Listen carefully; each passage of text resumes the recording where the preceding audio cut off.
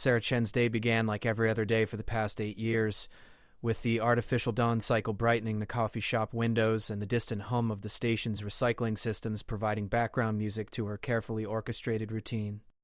She moved between the tables with practiced efficiency, wiping surfaces that were already clean, checking inventory she'd already counted twice, doing anything to keep her hands busy and her mind from wandering to places it shouldn't go. The morning rush brought the usual crowd, miners heading to the asteroid belt, their faces already coated with the fine dust that never quite washed out of the creases around their eyes, merchant captains reviewing cargo manifests over cups of what passed for coffee on the frontier, station maintenance workers grabbing quick meals before their shifts began. They all knew her as Sarah, the quiet woman who remembered their orders and never asked personal questions.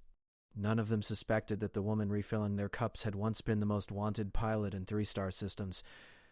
"Another refill, Captain Martinez?" she asked, approaching a grizzled freighter pilot who'd been nursing the same cup for 20 minutes while staring at his data pad. Martinez looked up, his weathered face creased with worry. "Thanks, Sarah. You heard anything about those long-range sensor readings? Word is there's something big moving through the outer system."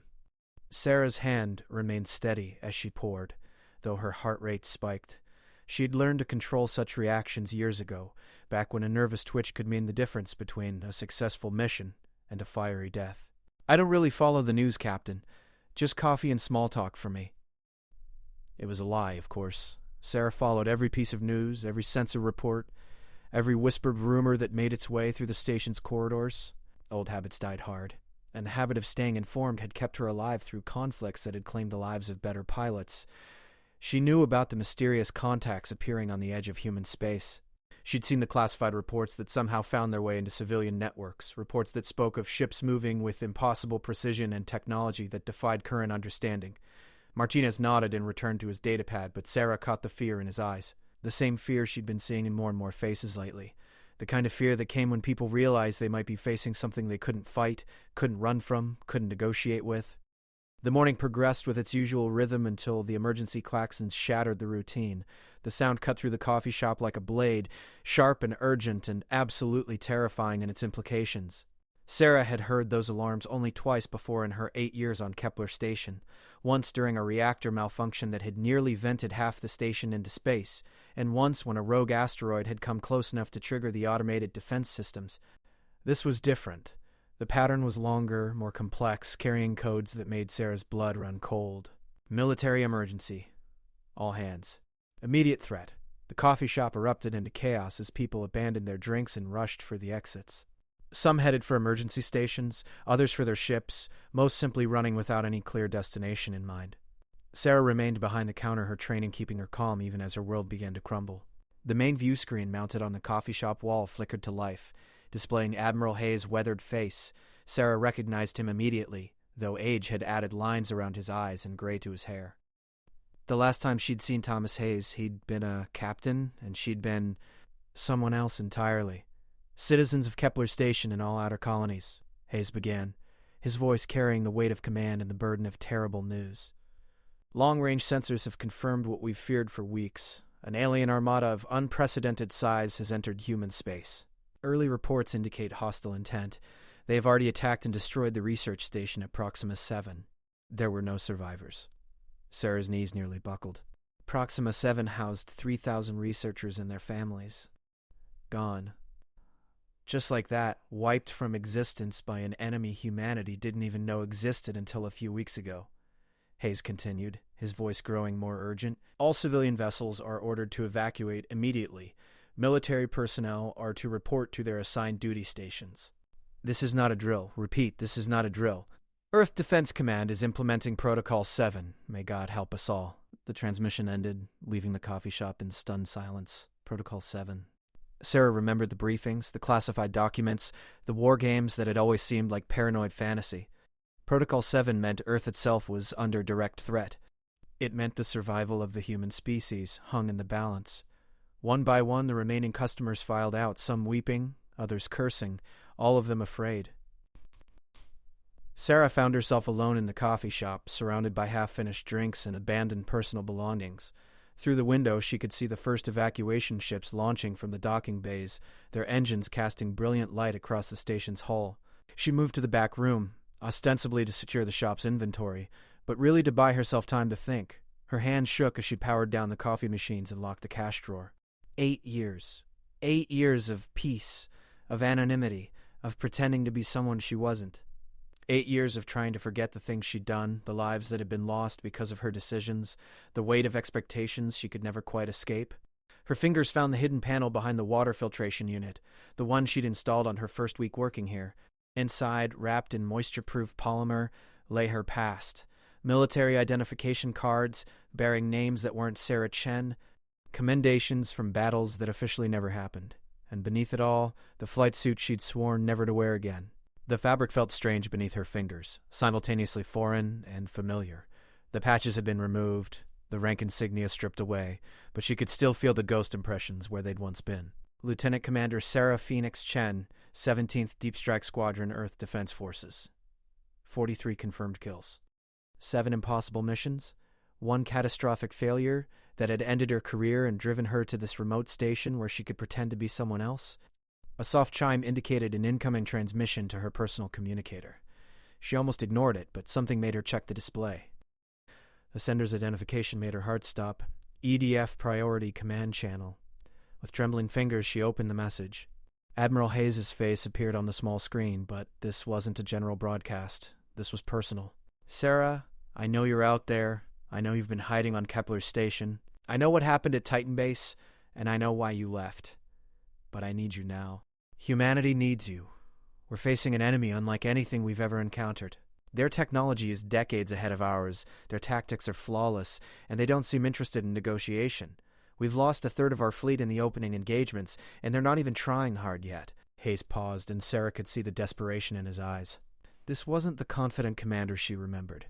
This was a man watching his species face extinction. I'm sending you coordinates for a secure facility on Luna. There's a ship waiting for you there, something experimental that might give us an edge. I know you said you'd never fly again. I know the ghosts that haunt you. But if there was ever a time to face those ghosts, it's now. The Phoenix needs to rise, Sarah. We all need you to remember who you really are. The transmission ended, leaving Sarah staring at the blank screen. Through the coffee shop window, she could see more evacuation ships launching, their wakes painting bright lines against the starfield, families fleeing toward uncertain safety. Children who might never see their homes again, an entire species running for its life. She thought about the pilots who would die in the coming battles, young men and women barely out of training who would be thrown against an enemy they couldn't hope to match.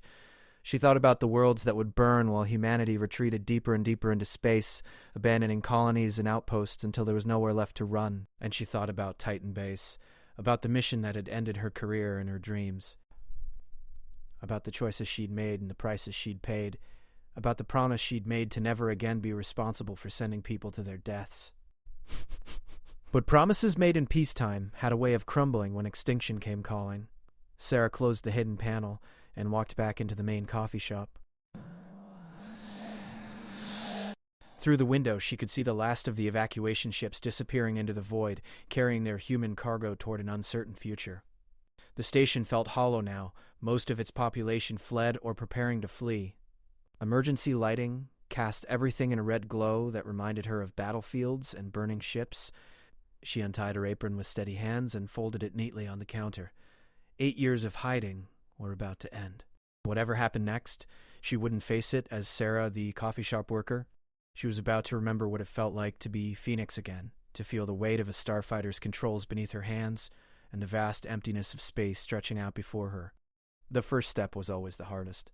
Sarah walked to the communication terminal and opened a channel to Luna Command. When the duty officer's face appeared on the screen, she spoke words she'd never thought she'd say again. This is Lieutenant Commander Sarah Chen, reporting for duty. I believe Admiral Hayes is expecting me. The duty officer's eyes widened with recognition and relief. Commander Chen. Yes, ma'am. The Admiral left specific instructions. There's a courier ship standing by to bring you to Luna immediately. ETA 4 hours. 4 hours? 4 hours to travel from the edge of human space to humanity's last hope. 4 hours to transform from a coffee shop worker into the pilot who might help save the species. 4 hours to face the ghosts she'd been running from for 8 years. Sarah gathered her few personal possessions in the hidden package containing her past. As she prepared to leave the coffee shop forever, she caught sight of her reflection in the darkened window.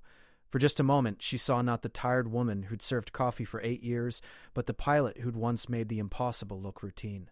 The Phoenix was awakening, and the galaxy was about to remember why humanity didn't just survive among the stars. They owned them. The courier ship's pilot kept stealing glances at Sarah during the 4-hour journey to Luna, as if he couldn't quite believe he was transporting a legend.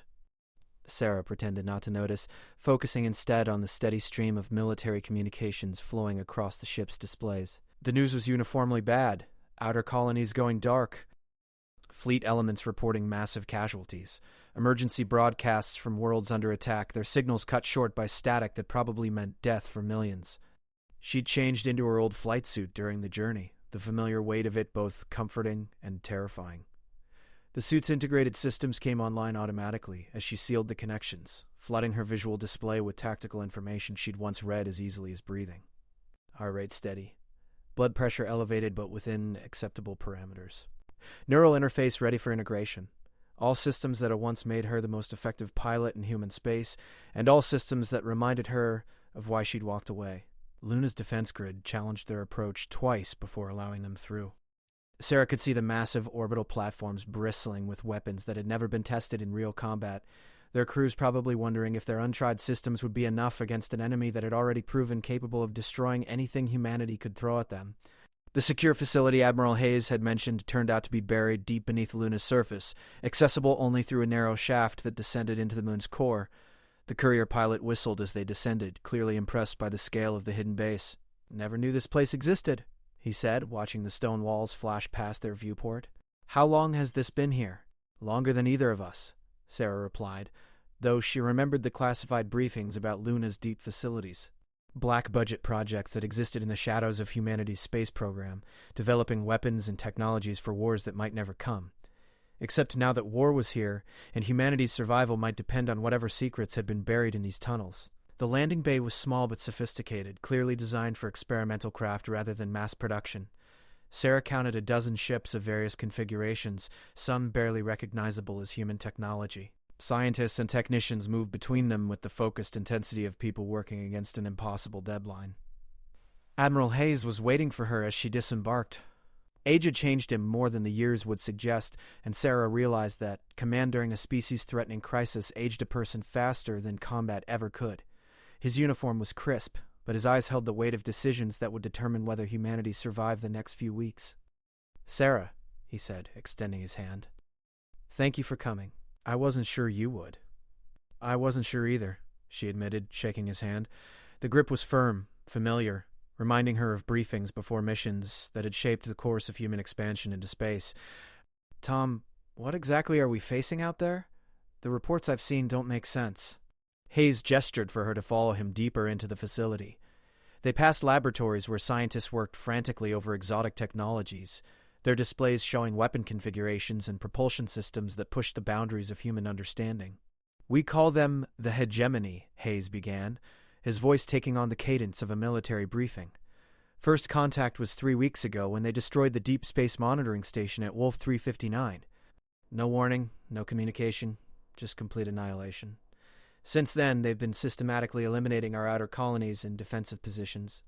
They entered a large briefing room where holographic displays showed the current tactical situation. Red markers indicated lost colonies and destroyed fleets, while blue markers showed the few remaining human forces. The red was spreading inward like an infection, consuming everything in its path. "Their technology is at least 50 years ahead of ours," Hayes continued. "Their ships are faster, their weapons more powerful, their defenses nearly impenetrable. We've scored hits on their vessels, but nothing that seems to cause significant damage. Meanwhile, they're cutting through our fleets like we're flying training simulators." Sarah studied the tactical displays, her trained eye picking out patterns in the alien attacks. "What about their tactics? Any weaknesses we can exploit?" "That's the terrifying part. They don't seem to have any weaknesses. Their formations are perfect, their timing flawless. It's like they're fighting a war they've already won 1,000 times before." Hayes activated a new display, showing recordings from the few surviving encounters with hegemony forces. The alien ships were unlike anything in human experience. They moved with a fluid grace that seemed to defy physics, their hull configurations shifting and adapting to different combat situations. When human weapons struck them, the impact seemed to be absorbed and redistributed rather than causing damage. Most disturbing of all, they moved with perfect coordination, as if controlled by a single, unified intelligence. The few survivors described their attacks as almost supernatural, Hayes said. They seem to anticipate our moves before we make them. Our best pilots are being shot down before they can even acquire targets. We've lost Admiral Reyes, Captain Morrison, everyone from the old guard except you and me. The names hit Sarah like physical blows. Reyes had taught her advanced combat maneuvering. Morrison had been her wing commander during the Centauri campaign. These weren't just statistics. They were people she'd served with, friends who'd trusted her to keep them alive, and now they were gone, vaporized by an enemy that treated human fleets like target practice. "How long do we have?" she asked. "Intelligence estimates they'll reach Earth within 72 hours. Maybe less if they continue their current pace." Hayes paused, then activated another display. "Which brings us to why you're here." The holographic projection showed a starfighter unlike anything Sarah had ever seen. It was sleek where human designs were angular, organic where they were mechanical. The hull seemed to shift and flow, even in the static image, as if the ship were alive. "We call it the Wraith," Hayes explained. "It's based on technology we've acquired from several non-human sources over the years. The propulsion system uses principles we don't fully understand. The weapons are powered by contained singularities. The neural interface is unlike anything we've ever developed." Sarah circled the hologram, studying the ship's configuration. It was beautiful in a disturbing way, like something that had evolved rather than been designed. "Where did we get the technology for this?" "That's classified above your pay grade," Hayes replied, but his expression suggested the answer wasn't entirely pleasant. "What matters is that we have it, and we need someone who can fly it. The neural interface requirements are extreme. Most of our test pilots suffered severe neurological trauma just trying to establish basic control. We need someone with your particular combination of skills and mental resilience." The implications of that statement weren't lost on Sarah. During her active service, she'd undergone experimental neural enhancement procedures that had increased her reaction time and spatial awareness far beyond normal human parameters. The procedures had been risky and largely discontinued after several pilots suffered permanent brain damage. Sarah had been one of the few who not only survived the enhancement intact but seemed to thrive with the expanded capabilities. "You're asking me to test fly an experimental ship built from alien technology against an enemy that's already destroyed half our fleet," she said. "I'm asking you to save humanity," Hayes replied simply. "The Wraith is our only hope. Our conventional forces can't touch them, but this ship might be able to. It's faster than anything they have, armed with weapons that could actually damage their vessels. The neural interface will give you reaction times and tactical awareness that might let you match their advantages." Sarah continued studying the hologram, her mind already working through potential flight characteristics and combat applications. The ship was unlike anything in human design philosophy, but she could see the deadly elegance in its configuration. If it could do half of what Hayes claimed, it might indeed be humanity's only hope. "What about the crew?" she asked. "Single-pilot operation. The neural interface is too complex for multiple operators, and the combat systems require split-second decisions that can't be coordinated between different people. You'd be going out there alone. Alone. Just like at Titan Base, when she'd made the decision that ended her career and destroyed her faith in herself, when she'd chosen her own survival over her responsibility to her squadron and watched 12 good pilots die because of her choices. "I need to see the ship," she said finally. Hayes led her deeper into the facility through security checkpoints that scanned everything from her genetic markers to her neural activity patterns. The hangar bay where the Wraith waited was smaller and more heavily shielded than the landing area where she'd arrived. Only a handful of technicians had access, and all of them looked like they'd been working without sleep for days. The ship itself was even more impressive in person than in the hologram. It seemed to absorb light rather than reflect it, creating an almost hypnotic effect as Sarah walked around its hull. The surface felt warm to the touch and had a texture unlike any material she'd encountered. When she pressed her palm against the hull, she could swear she felt something like a pulse beneath her fingers. "The hull material is self-repairing," explained Dr. Elizabeth Chen, the project's lead scientist. Despite sharing the same last name, she and Sarah weren't related, though they'd worked together briefly on other classified projects years earlier. Minor damage heals automatically, and even major structural damage can be repaired in flight given enough time. Dr. Chen led them to the ship's cockpit, which was accessible through a seamless opening that appeared in the hull when Sarah approached. The interior was unlike any starfighter she'd ever seen. Instead of conventional controls, the pilot seat was surrounded by what looked like crystalline interfaces that pulsed with soft light. The neural interface connects directly to your enhanced nervous system, Dr. Chen explained. Instead of manipulating physical controls, you'll think the ship through its maneuvers. The connection is so intimate that experienced pilots report the ship feeling like an extension of their own body. What about the weapons? Sarah asked, settling into the pilot's seat. The moment she made contact with the seat's surface, the crystalline interfaces began glowing more brightly, as if responding to her presence. The primary weapons are particle beam arrays that draw power directly from the ship's singularity core, Dr. Chen said. Secondary armament includes quantum torpedoes and defensive systems we don't fully understand but know are effective. The weapons are limited only by the amount of energy you're willing to divert from other systems. Sarah closed her eyes and let herself feel the ship around her. Even without the neural interface fully active, she could sense the vessel's potential, the vast energies contained within its hull, the systems that waited for her command. It was unlike anything she'd ever experienced, simultaneously terrifying and exhilarating. "How long do I have to learn how to fly this thing?" she asked.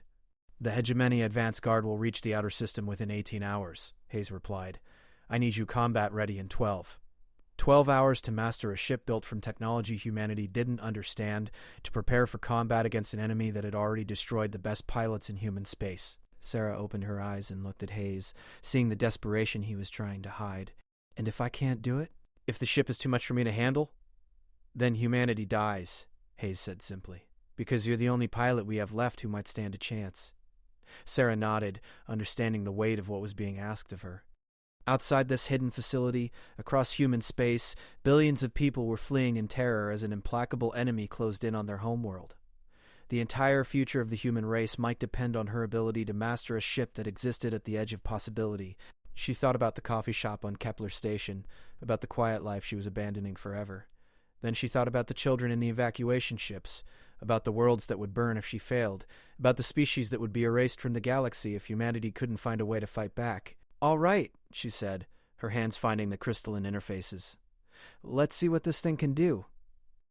The moment she made full contact with the neural interface, the world exploded into sensation. Information flooded her consciousness as the ship's systems integrated with her enhanced nervous system. For a terrifying instant, she felt herself dissolving into the machine, her human identity scattered among exotic technologies and impossible energies. Then her training kicked in, and she began to impose order on the chaos.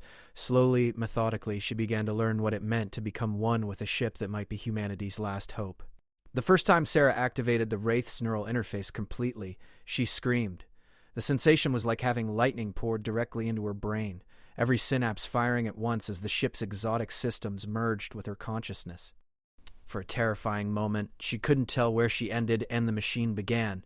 Her enhanced nervous system, designed to handle the extreme demands of combat flying, was pushed to its absolute limits as information from sensors she couldn't comprehend flooded her awareness.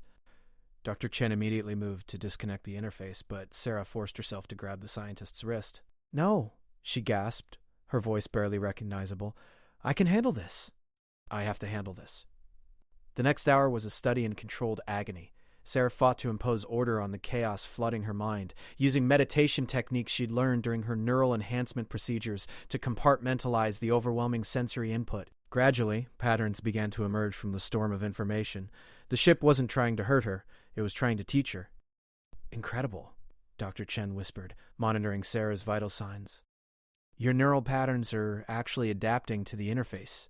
We've never seen anything like this." Admiral Hayes watched from the hangar bay's observation deck as Sarah slowly learned to move the ship. Her first attempts were clumsy, the Wraith lurching and shuddering as she struggled to translate human thoughts into commands the alien systems could understand.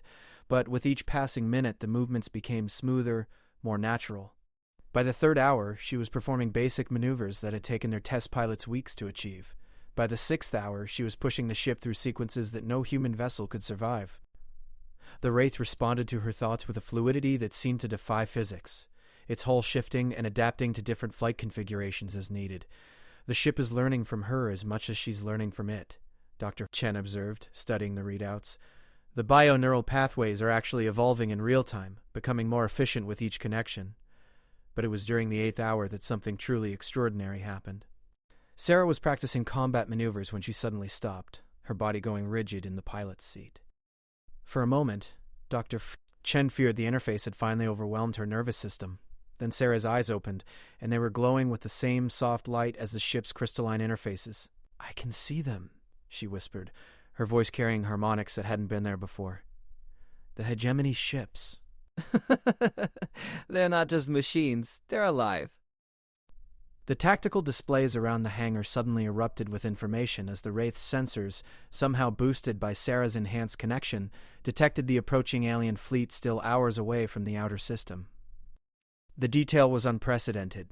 Individual ship configurations, energy signatures, movement patterns that revealed formation strategies humanity had never seen before. "How is this possible?" Hayes demanded, staring at the flood of intelligence data. "The ship's sensors are quantum entangled with similar technology and hegemony vessels," Sarah replied, her voice still carrying those strange harmonics. "It's reading their quantum signatures across space-time. They don't know we can see them, but we can see everything." The tactical advantage was enormous. For the first time since the war began, humanity could observe hegemony forces before they arrived. But what Sarah saw in the data chilled her to the bone. The approaching fleet was massive. Hundreds of ships arranged in formations that suggested they were treating the Earth system as merely another target to be eliminated. "How long before they arrive?" Hayes asked. Sarah closed her eyes, her consciousness flowing through the ship's enhanced sensors.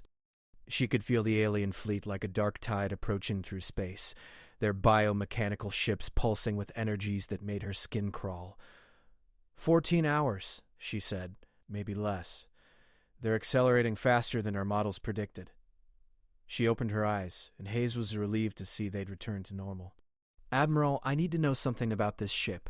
The technology we used to build it, where did it really come from?" Hayes exchanged glances with Dr. Chen. "That's classified. Tom, I'm about to take this thing into combat against an enemy that's already destroyed our entire fleet. I think I've earned the right to know what I'm flying." After a long pause, Hayes activated a privacy screen around them. 3 years ago, we encountered a derelict vessel in the Vega system. The ship was ancient, far older than human civilization, but its technology was still functional. Analysis suggested it belonged to a species that had fought the hegemony before. Sarah felt a chill that had nothing to do with the hangar's climate control. "Fought them and lost?" "Fought them and died," Dr. Chen said quietly. "The archaeological evidence suggests their entire species was exterminated. But they left behind warnings, star charts showing hegemony expansion patterns, and this ship, as if they'd known someone else would need it someday. The implications were staggering. Humanity wasn't the first species the hegemony had targeted for extinction. They were part of a pattern, a cycle of expansion and extermination that had been playing out across the galaxy for millennia. The Wraith wasn't just an experimental starfighter. It was a weapon designed by a dead civilization to fight an enemy they couldn't defeat themselves. "How many species have they destroyed?" Sarah asked. "Unknown," Hayes replied, "but based on the star charts we recovered, possibly dozens, maybe hundreds.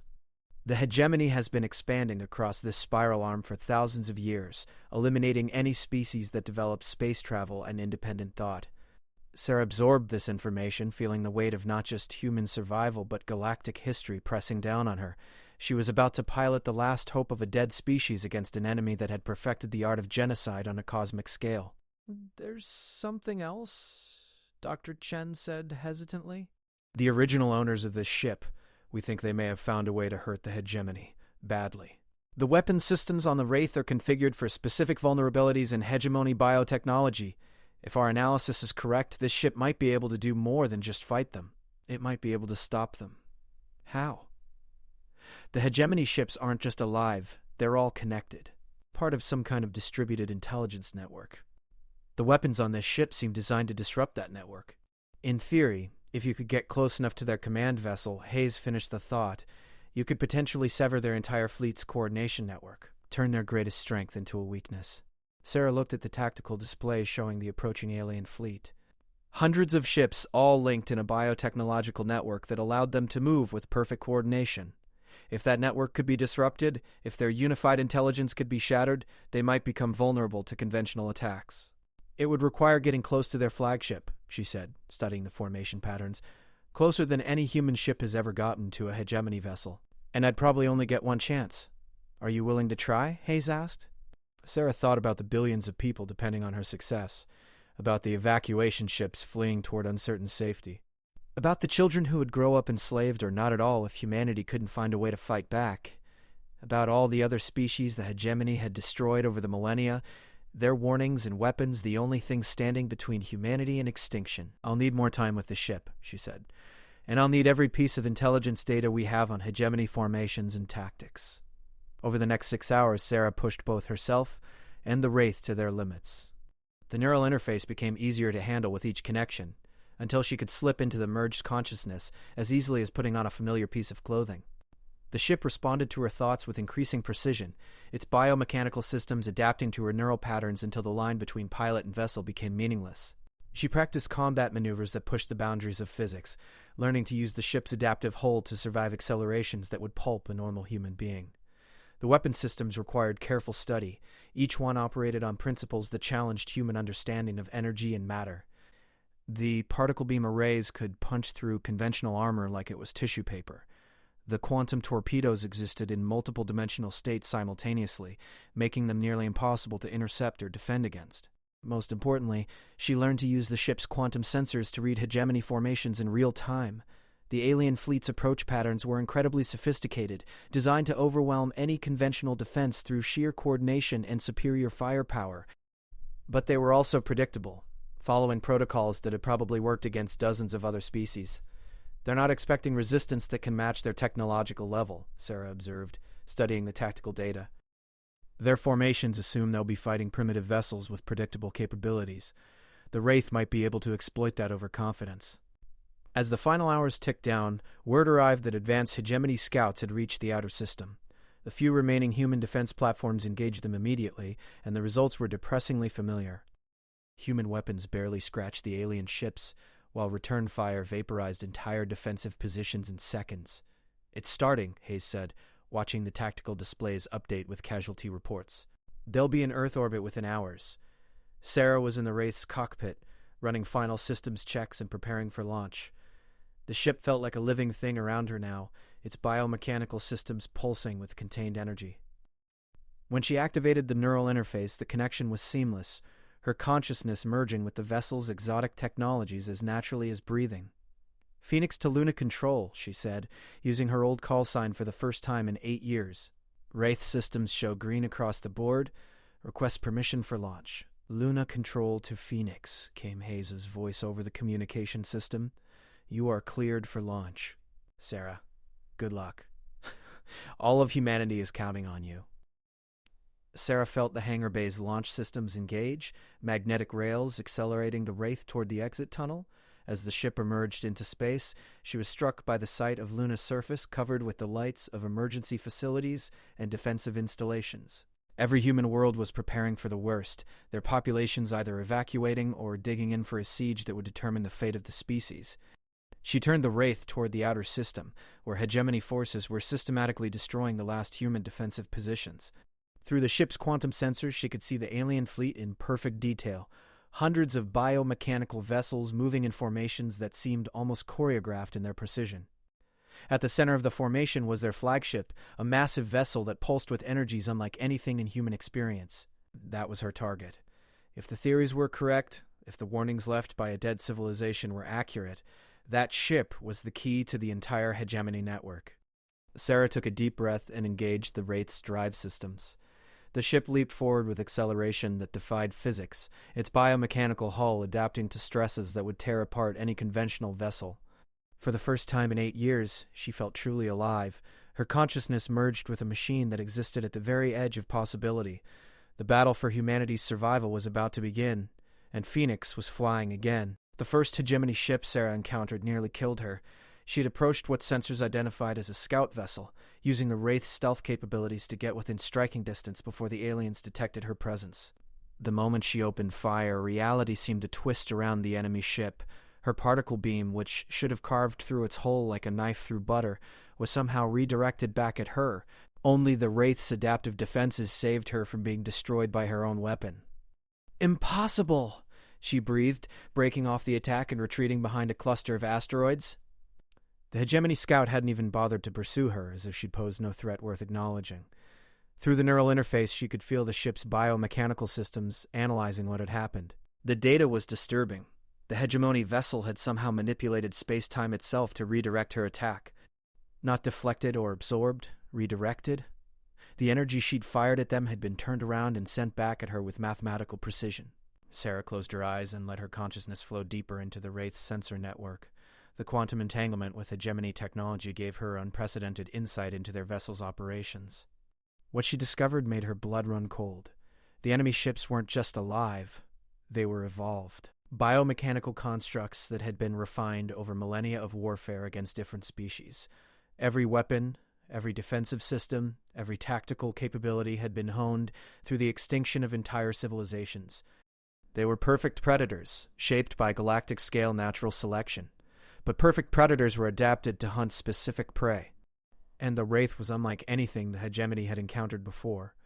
Sarah began her second approach more carefully, using the ship's quantum sensors to study the scout vessel's defensive patterns. The biomechanical hull was constantly shifting, adapting to potential threats it anticipated. But those adaptations were based on patterns from previous conquests. The Wraith's weapons operated on principles the hegemony had never encountered. This time, instead of using the particle beams, she targeted the scout with quantum torpedoes. The weapons existed in multiple dimensional states simultaneously, making them theoretically impossible to redirect or intercept. The first torpedo struck the hegemony ship amidships, and the explosion was unlike anything Sarah had ever seen. Instead of a simple detonation, the quantum torpedo seemed to tear reality itself.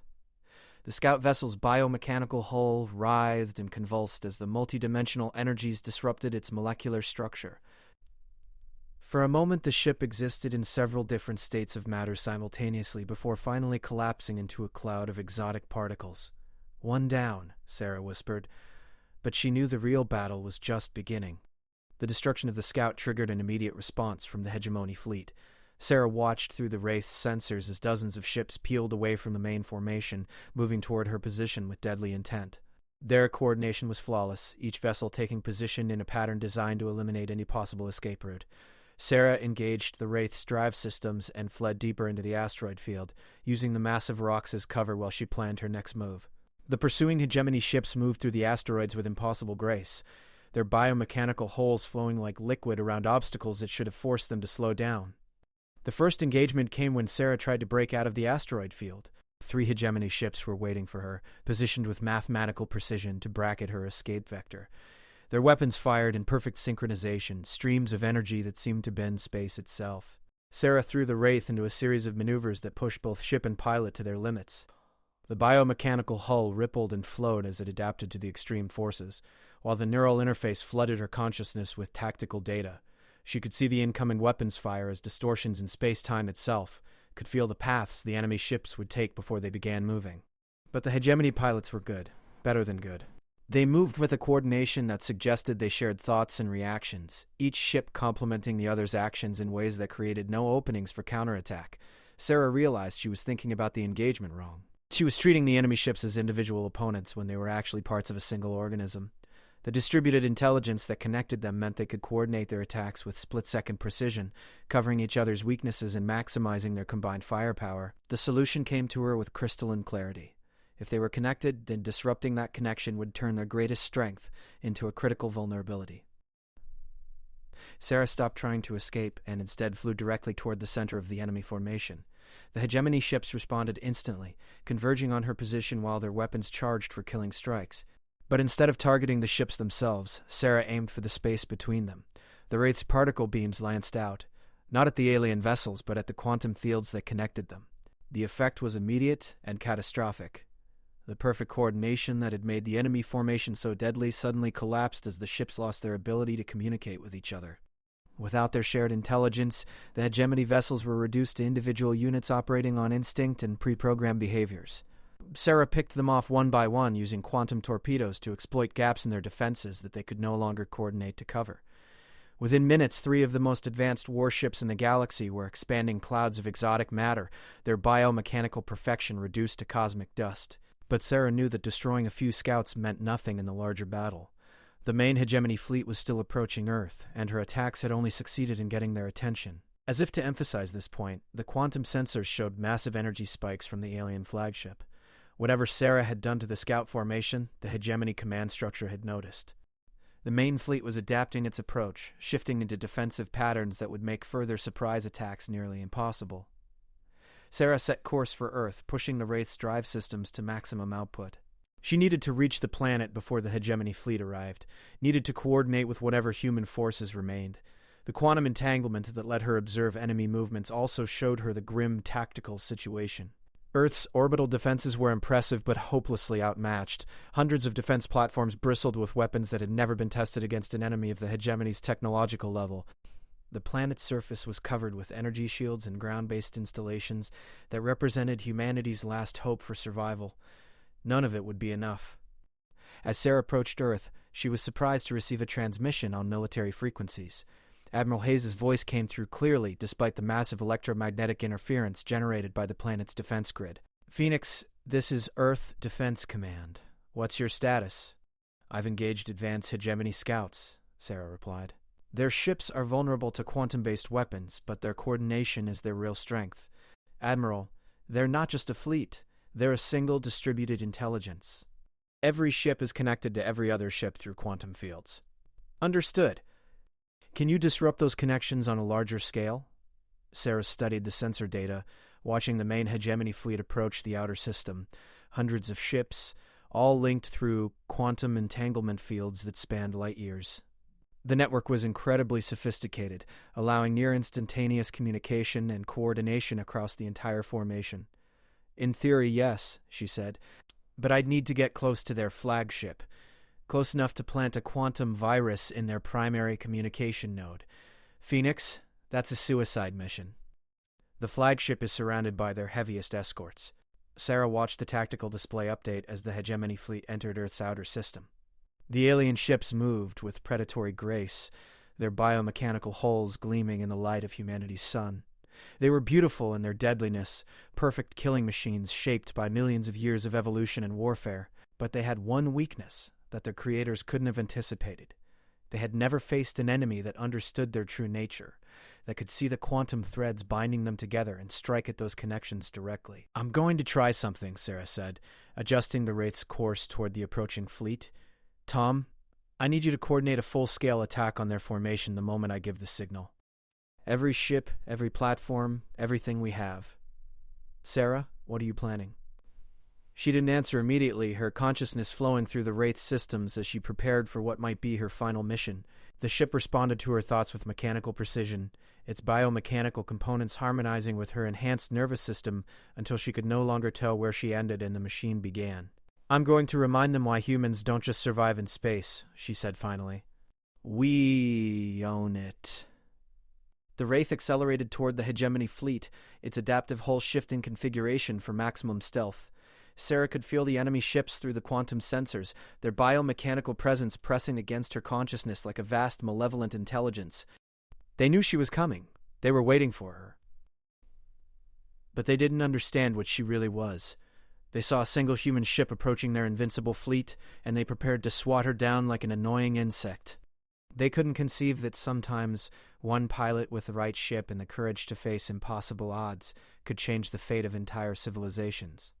The hegemony was about to learn that humanity's greatest weapon wasn't any machine or technology. It was the simple human refusal to surrender when faced with extinction. It was the willingness to fly into certain death if it meant their species might survive. Sarah Chen had spent 8 years running from her past, hiding from the responsibilities and expectations that had defined her military career. But now, racing toward the most dangerous enemy in galactic history, she finally understood what Admiral Hayes had meant when he said the Phoenix needed to rise. Some birds were meant to burn, and in their burning they lit fires that could save worlds. The final battle for Earth was about to begin.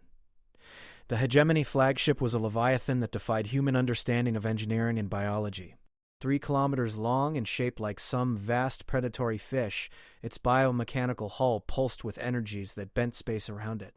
Weapon ports opened and closed like breathing mouths, and sensor arrays swept the surrounding space with the methodical patience of a hunter that had never known failure. Sarah approached it through a nightmare of defensive fire.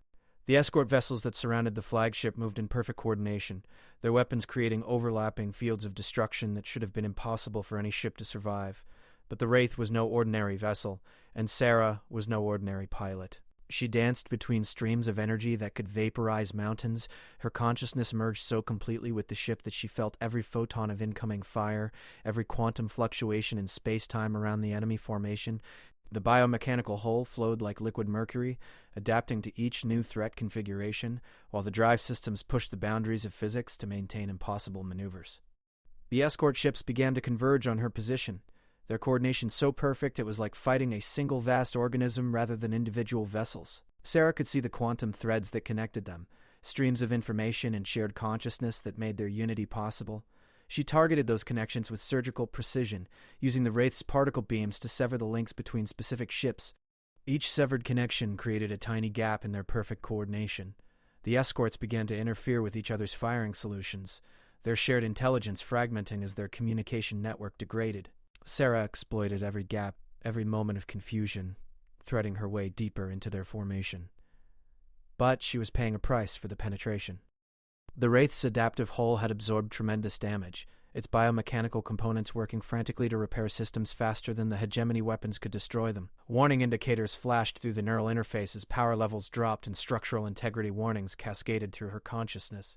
"Phoenix to Earth Defense Command," she transmitted, her voice tight with concentration as she avoided another barrage of fire. "I'm approaching the flagship. Prepare for coordinated attack on my signal." Admiral Hayes' reply was barely audible through the electromagnetic chaos surrounding the alien formation. "Phoenix, your ship is showing critical damage on our sensors. Abort the mission and return to Earth." "Negative," Sarah replied, throwing the Wraith into a spiral that took her between two escort vessels, their hulls so close she could see the alien neural networks pulsing beneath their biomechanical skin. "This is our only chance. The moment I disrupt their command network, hit them with everything we have." She was close enough to the flagship now to see the incredible detail of its construction. The hull wasn't just alive, it was intelligent. Millions of neural pathways crisscrossed its surface like glowing veins, carrying information and commands throughout the vast vessel.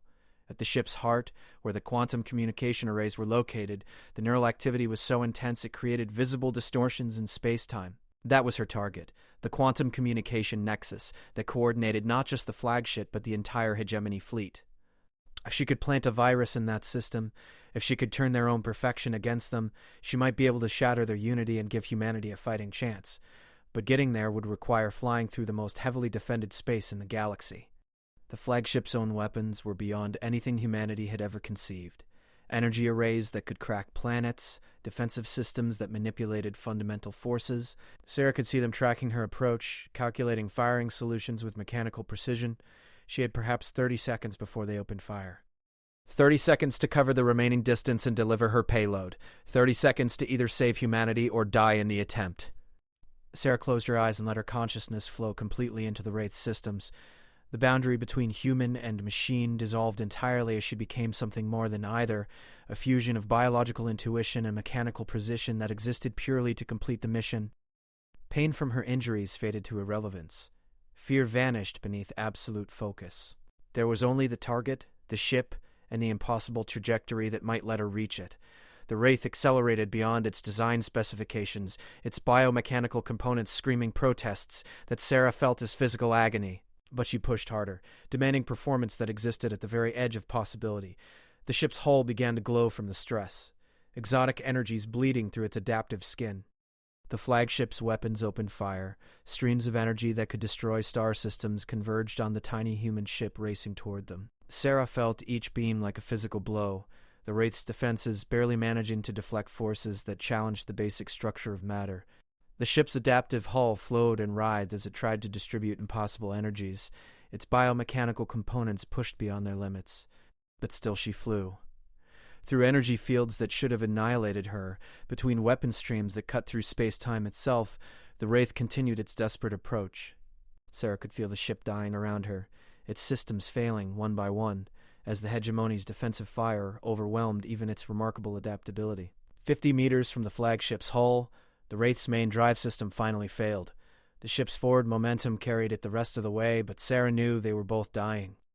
The biomechanical hull had taken too much damage to maintain life support much longer, and her own enhanced nervous system was beginning to shut down from neural overload. But she was close enough. Sarah armed the quantum virus, a piece of alien software recovered from the same derelict ship that had provided the Wraith's technology. The dead civilization that had created it had designed the virus specifically to attack hegemony communication networks, to turn their perfect coordination into chaos. She fired it not as a weapon but as a data stream, using the Wraith's quantum communication array to inject the virus directly into the flagship's neural network. For a moment, nothing happened. Then the massive vessel began to convulse. The effect was spectacular and terrible. The flagship's biomechanical hull writhed as millions of neural pathways fired simultaneously, the alien intelligence that controlled the ship fragmenting as the virus spread through its quantum communication systems. The vessel's perfect coordination collapsed into chaos as different sections began operating independently, some trying to continue the attack while others initiated shutdown procedures. More importantly, the virus spread through the quantum entanglement fields that connected the flagship to the rest of the fleet. Within seconds, every hegemony ship in the system was experiencing the same neural cascade failure. Their perfect coordination dissolved into confusion as the distributed intelligence that had made them invincible tore itself apart. "Now," Sarah transmitted on all Earth defense frequencies, "hit them now while they're confused." The response was immediate. Every human ship, every orbital platform, every ground-based installation opened fire simultaneously. Weapons that had been useless against the hegemony's coordinated defenses found their targets as the alien ships struggled to respond to threats they could no longer coordinate against. Sarah watched through the Wraith's failing sensors as the impossible happened. Hegemony ships, perfect killing machines that had destroyed dozens of civilizations, began to die. Their biomechanical hulls, no longer protected by unified defensive networks, proved vulnerable to focused human firepower. Ship after ship exploded in brilliant flashes of exotic energy as centuries of pent-up human ingenuity found its mark. The Wraith systems were failing rapidly now. Life support was down to emergency power, and Sarah could feel her own enhanced nervous system beginning to shut down from the trauma of the neural interface overload. But she had done what she came to do. Humanity would survive. The children in the evacuation ships would have a future. The species would continue. Through the fading connection to the ship's sensors, she watched the hegemony flagship tear itself apart as the quantum virus completed its work. The massive vessel's neural networks collapsed into feedback loops that destroyed the biomechanical brain at its core. What had once been the most dangerous ship in the galaxy became a drifting hulk, its alien intelligence extinguished forever. Similar scenes were playing out across the system as the virus spread through the quantum entanglement fields connecting the entire hegemony fleet. The perfect coordination that had made them unstoppable became the vector for their destruction.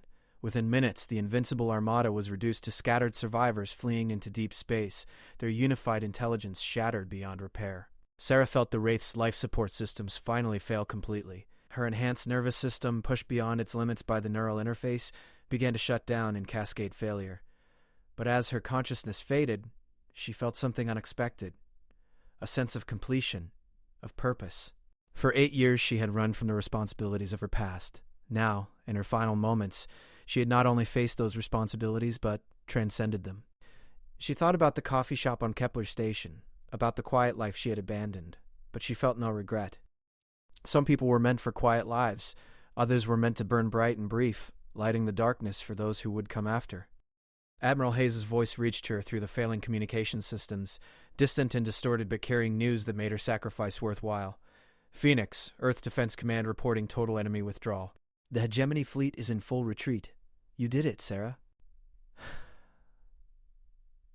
"You saved us all." As her consciousness finally faded, Sarah Chen smiled.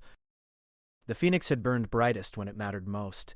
Hours later, when the rescue ships reached the drifting Wraith, they found Sarah still alive in the pilot's seat, her enhanced nervous system somehow having stabilized despite the massive trauma. The ship's biomechanical hull had wrapped itself around the cockpit like a protective cocoon, using the last of its energy to keep her alive. She would recover, the doctors said, though she would never be able to use neural interface technology again. The quantum virus she had delivered to the hegemony fleet continued to spread through their networks across the galaxy, shattering the coordination that had made them invincible. The alien empire that had destroyed dozens of civilizations was collapsing from within, their perfect unity turned against them by the sacrifice of a single human pilot. When Sarah finally woke up in the medical facility on Luna, Admiral Hayes was waiting for her. The tired lines in his face had eased, and for the first time in months he was smiling. "Welcome back, Phoenix," he said. "The galaxy is a very different place thanks to you." Through the medical facility's windows, Sarah could see Earth hanging in space like a blue jewel, whole and beautiful and alive. Across the system, human ships were returning from their evacuation routes, bringing home the children and families who would rebuild what the war had damaged. Humanity would expand into space again, carrying with them the knowledge that they had faced extinction and survived. And in a small coffee shop on a distant station, someone else would serve bitter synthetic coffee to miners and traders, never knowing that their quiet life was possible because a woman named Sarah Chen had remembered how to fly when the galaxy needed her most. The phoenix had risen from the ashes of her past, burned bright enough to light the way for an entire species, and lived to see the dawn of humanity's true age among the stars. Some stories ended with death and sacrifice. This one ended with hope, with life, with the promise that as long as humans flew among the stars, they would never surrender to the darkness. The greatest pilot in human history had come home at last.